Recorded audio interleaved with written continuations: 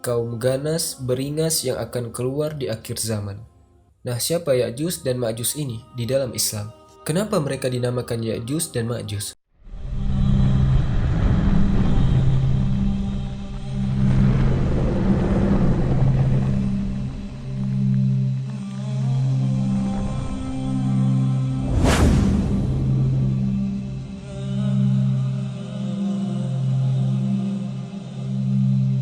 Assalamualaikum warahmatullahi wabarakatuh. Pembahasan di hari ini kita akan membahas Gog dan Magog. Dalam Yehezkiel ke-38, Gog adalah nama tokoh, sementara Magog adalah nama negeri asalnya. Pada zaman Kekaisaran Romawi, Gog dan Magog dihubung-hubungkan dengan legenda gerbang Alexander, yang konon didirikan Alexander Agung untuk merintangi bangsa Gog dan Magog. Bagi sejarawan Flavius Josephus, Gog dan Magog adalah bangsa keturunan Magog bin Yafet bin Nuh, tokoh yang disebutkan pada Kejadian 10. Menurutnya, Gog dan Magog sama dengan bangsa Skit. Di tangan para sastrawan gereja perdana, Gog dan Magog menjadi bangsa-bangsa akhir zaman yang pada abad pertengahan ditafsirkan sebagai bangsa Viking, bangsa Hun, bangsa Khazar, bangsa Mongol, bangsa Turani, kabilah-kabilah nomaden Eurasia, maupun ke-10 suku Israel yang hilang. Kisah Gog dan Magog maupun legenda gerbang Alexander juga muncul dalam roman Alexander. Menurut salah satu versi roman Alexander, Gog dan Magoti adalah raja-raja pemimpin bangsa-bangsa najis yang dihalau Alexander ke daerah di balik sebuah celah gunung. Alexander kemudian menemboki celah gunung itu untuk mencegah mereka keluar dan menganiaya bangsa-bangsa lain. Di dalam roman Alexander dan karya-karya sastra turunannya, Gog dan Magog diceritakan sebagai bangsa-bangsa pemangsa manusia. Gambar Gog dan Magog juga ditampilkan pada peta-peta dunia buatan abad pertengahan, kadang-kadang disertai gambar tembok yang didirikan Alexander Agung. Teman-teman, pencampur adukan kisah Gog dan Magog dengan legenda gerbang Alexander merembet ke seluruh kawasan timur dekat pada abad-abad permulaan agama Kristen dan zaman Islam. Kisah-kisah tersebut muncul dalam Al-Quran pada surat Al-Kahfi. Dalam surat ini disebutkan mereka adalah Ya'juj dan Ma'juj, kaum ganas beringas yang akan keluar di akhir zaman. Nah, siapa Ya'juj dan Ma'juj ini di dalam Islam? Kenapa mereka dinamakan Ya'juj dan Ma'juj? Para ulama bahasa berbeda pendapat. Ada yang mengatakan Ya'juj dan Ma'juj ini akar katanya bukan dari bahasa Arab, sehingga makna akar katanya itu tidak bisa dicari. Para ulama yang lain mengatakan, Ya'juj dan Ma'juj ini akar katanya berasal dari bahasa Arab. Namun mereka berbeda pendapat akar katanya itu apa. Faqila min ajijin nar. Ada yang mengatakan Ya'juj dan Ma'juj itu asal katanya dari ajijun nar, artinya lidah api yang melahap-lahap, nyala api yang membara.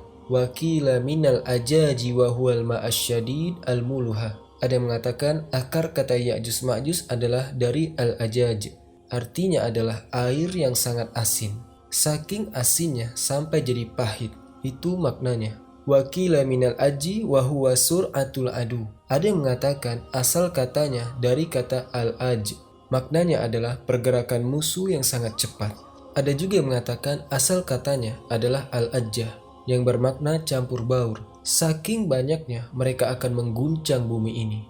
Kesimpulannya teman-teman, semua yang kita sampaikan tadi, akar kata dari Ya'juj dan Ma'juj dan maknanya itu cocok dengan sifat-sifat mereka. Sebagaimana nanti disebutkan dalam hadis-hadis yang sahih, mereka orangnya berapi-api, maksudnya beringas dan buas, tidak sungkan-sungkan untuk membantai orang-orang di luar ras mereka. Kemudian juga mereka kaum yang sombong dan jumlah mereka sangat banyak sekali. Dalam firman Allah Subhanahu wa taala, surat Al-Kahfi ayat ke-99, "Wa tarokna ba'dohum yauma izin yamuzu fi ba'd." Dan kami biarkan, kami lepaskan ketika itu Ya'juj dan Ma'juj. Dalam surat Al-Kahfi kan pada akhir-akhir disebutkan kisah Zulkarnain. Zulkarnain mendapati suatu kaum yang berada di suatu lembah gunung. Mereka mengeluh akan keberingasan dan kebuasan sekelompok manusia, yaitu Ya'juj dan Ma'juj. Kemudian mereka meminta tolong kepada Zulkarnain untuk bisa memenjarakan Ya'juj dan Ma'juj. Singkat cerita, akhirnya Zulkarnain membuat benteng dari besi, kemudian dicor dengan tembaga sampai mengering. Terpenjaralah Ya'juj Ma'juj sampai hari ini. Kisah ini disebutkan dalam Al-Quran, dalam surat Al-Kahfi. Teman-teman, Ya'juj dan Ma'juj itu tidak bisa mendaki benteng yang dibuat oleh Zulkarnain. Dan mereka juga tidak bisa membolonginya. Dan dalam hadis disebutkan setiap hari mereka itu berusaha untuk melubangi tembok tersebut. Mereka ingin keluar dari tembok tersebut. Bahkan pernah di zaman Rasul Sallallahu Alaihi Wasallam, Rasul Sallallahu Alaihi Wasallam masuk ke dalam rumahnya istri beliau, Zainab bintu Jahsin. Nabi nampak kelihatan merah mukanya, kelihatan ketakutan, terengah-engah nafasnya.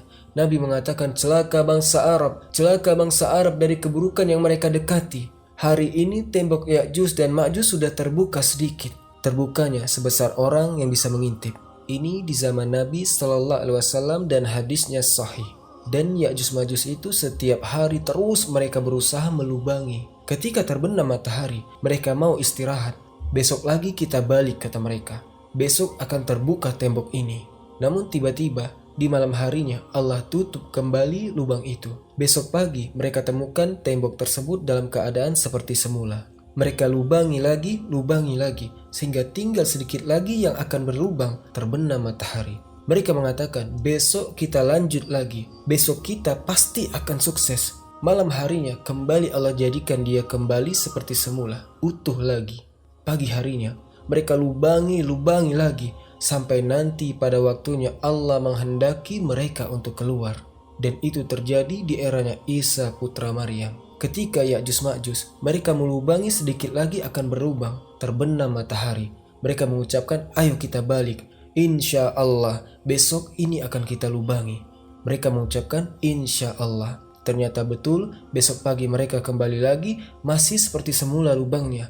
Mereka berusaha melubangi lagi.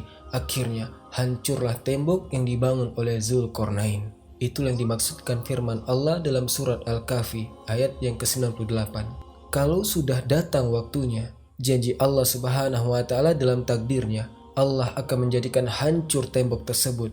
Wa kana wa'du rabbi haqqan, dan benar-benar janji Rabbku itu hak, pasti akan terwujud. Jadi ketika mereka berhasil melubangi tembok tersebut, mereka keluar seperti gelombang manusia yang tidak terhitung jumlahnya.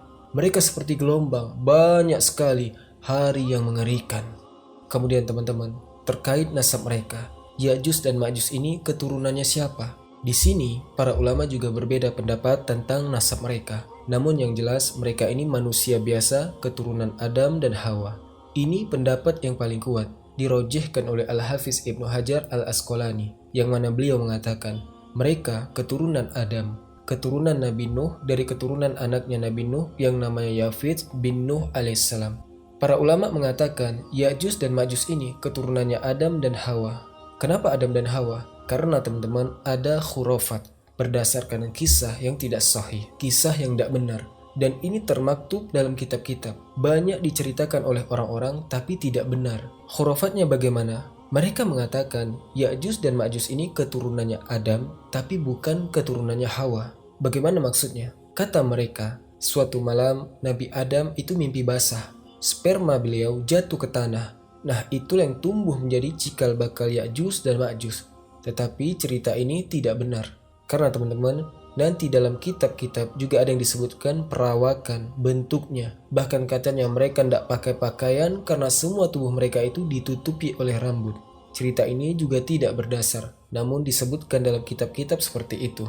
Sekedar kita waspada saja, jangan kita langsung percayai. Setelah diteliti para ulama ternyata tidak sahih. Jadi intinya Ya'juj dan Ma'juj adalah keturunan Adam dan Hawa. Mereka manusia biasa. Berdasarkan dari hadis Abu Sa'id Al-Khudri radhiyallahu ta'ala anhu, Rasulullah SAW bersabda, kelak nanti di hari kiamat, di akhirat, Allah Subhanahu wa Ta'ala akan berfirman kepada Nabi Adam, ya Adam, wahai Adam.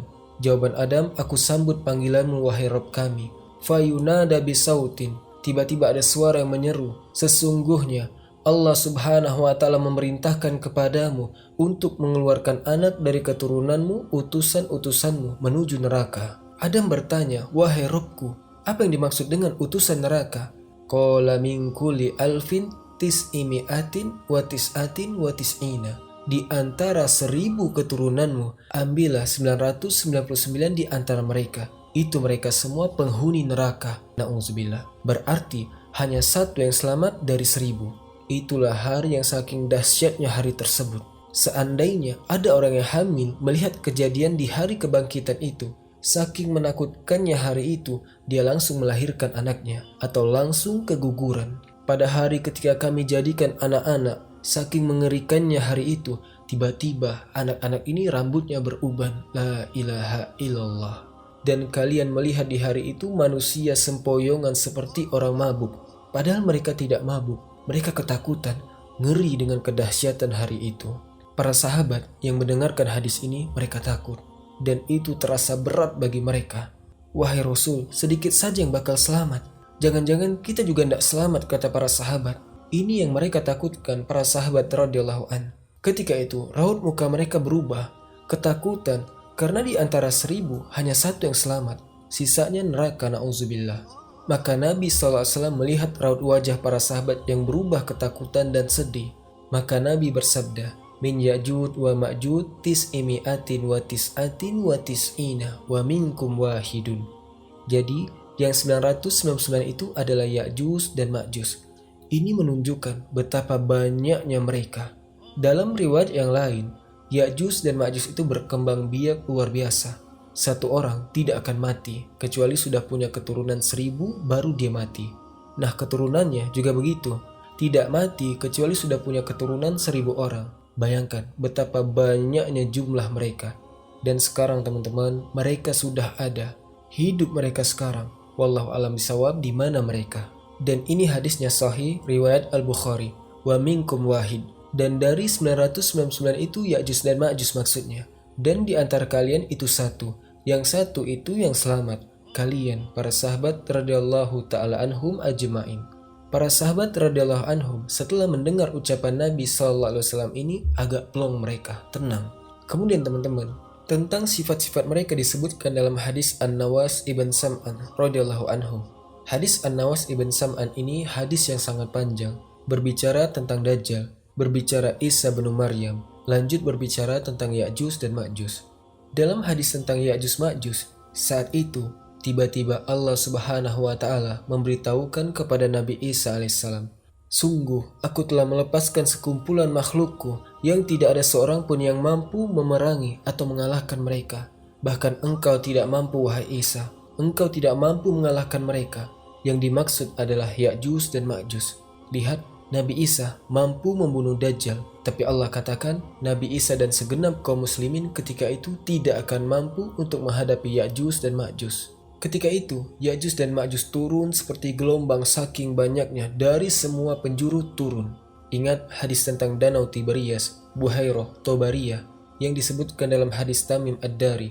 Di sini disebutkan tiba-tiba Ya'juj dan Ma'juj ini melewati Danau Tiberias, danau yang ada di Syam. Barisan terdepan yang baru sampai langsung minum di Danau Tiberias itu, Ya'juj dan Ma'juj. Setelah mereka barisan pertama minum, langsung habis air danaunya. Yang bagian belakang ketika sampai di danau tersebut, mereka bilang, "Loh, tadi kan di sini ada air. Kok sekarang hilang airnya?" Telah habis diminum oleh barisan depan saking banyaknya jumlah mereka. Kemudian, Nabi Isa membawa kaum mukminin ketika itu naik ke Bukit Tur, menjadikan bukit itu sebagai benteng, mengisolir diri. Jadi Nabi Isa ketika itu mundur, bersembunyi. Nah teman-teman, Nabi Isa itu tidak takut mati. Beliau salah seorang yang didekatkan kepada Allah. Terus kenapa lari dari Ya'juj dan Ma'juj? Kenapa bersembunyi? Apakah Nabi Isa tidak bertawakal kepada Allah? Beliau ini penakut atau takut mati? Nah teman-teman, di sini ada pelajaran. Menjaga jiwa itu juga bagian dari syariat kita. Mengupayakan hal-hal yang dengan itu kita bisa menjaga jiwa kita. Itu termasuk ketaatan kepada Allah Subhanahu wa ta'ala. Allah wahyukan kepada Nabi Isa, ada sekumpulan makhluk yang tidak ada seorang pun yang mampu menghadapi mereka. Maka Nabi Isa membawa kaum mukminin untuk bersembunyi ketika itu, menyelamatkan jiwa kaum mukminin. Karena kalau jiwa bisa dipertahankan, apalagi jiwa orang-orang yang beriman, berarti kita mempertahankan orang-orang yang akan senantiasa menyembah Allah Subhanahu wa ta'ala. Namun ketika itu, Nabi Isa dan kaum muslimin terisolir. Akibatnya mereka kekurangan makanan.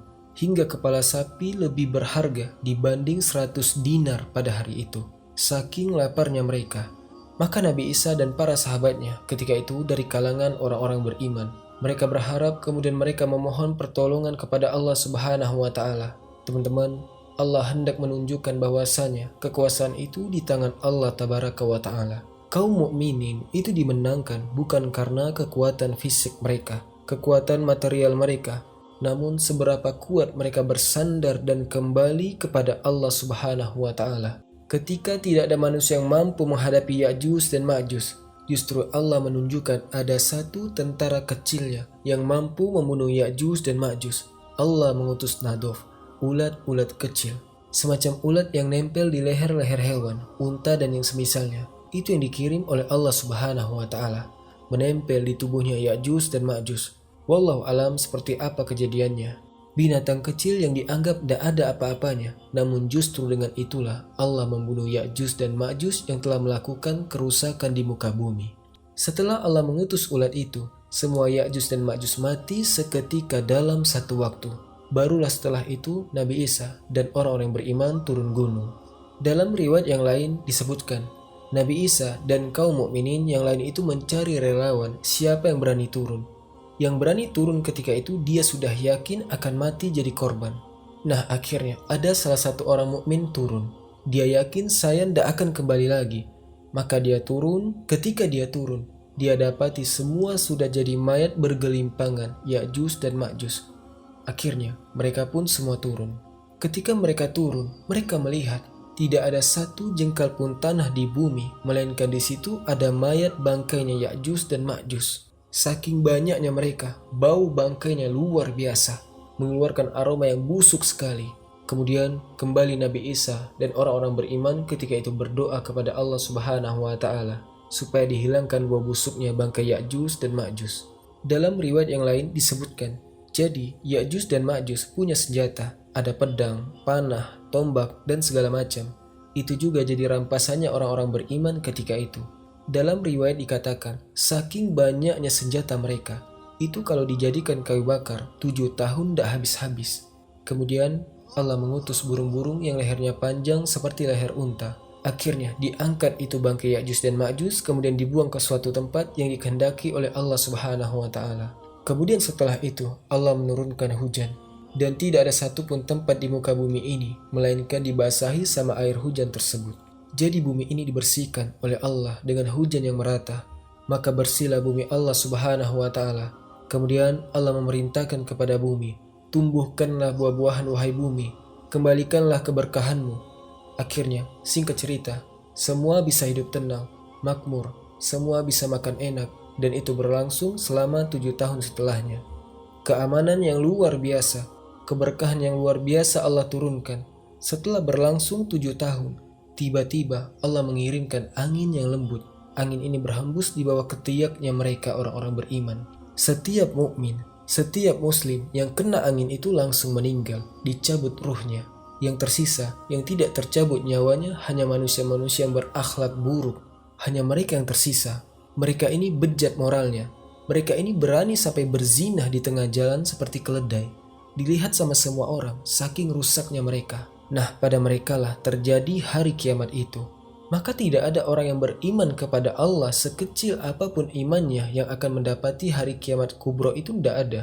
Jadi tidak perlu kita risau. Yang perlu kita risaukan adalah diri kita. Apakah kita ini mati di atas iman atau tidak? Ini yang perlu kita khawatirkan. Karena teman-teman, kalau kita beriman, insya Allah tidak akan bertemu dengan hari kiamat kubro itu.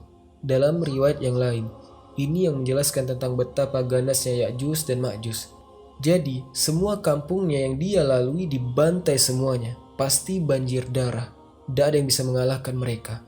Sampai semua penduduk dibantai dan dibasmi oleh mereka. Semua penduduk bumi sudah kita kalahkan, kata Ya'juj dan Ma'juj. Tinggal penduduk langit yang belum kita kalahkan. Akhirnya mereka arahkan panah dan tombak mereka ke langit, dilepas panahnya. Maka Allah kembalikan anak-anak panah mereka sudah berbalut dengan darah. Fitnah buat mereka. Mereka menyangka mereka sudah membunuh penduduk langit. Saking sombongnya mereka. Nah, biasa orang-orang sombong seperti ini. Allah utus sesuatu yang sepele, kecil untuk membunuh mereka. seperti Raja Namrud yang sombong dan zolim, mati karena nyamuk. Teman-teman, semoga apa yang kita kisahkan ini ada manfaatnya. Barakallahu fikum. Assalamualaikum warahmatullahi wabarakatuh.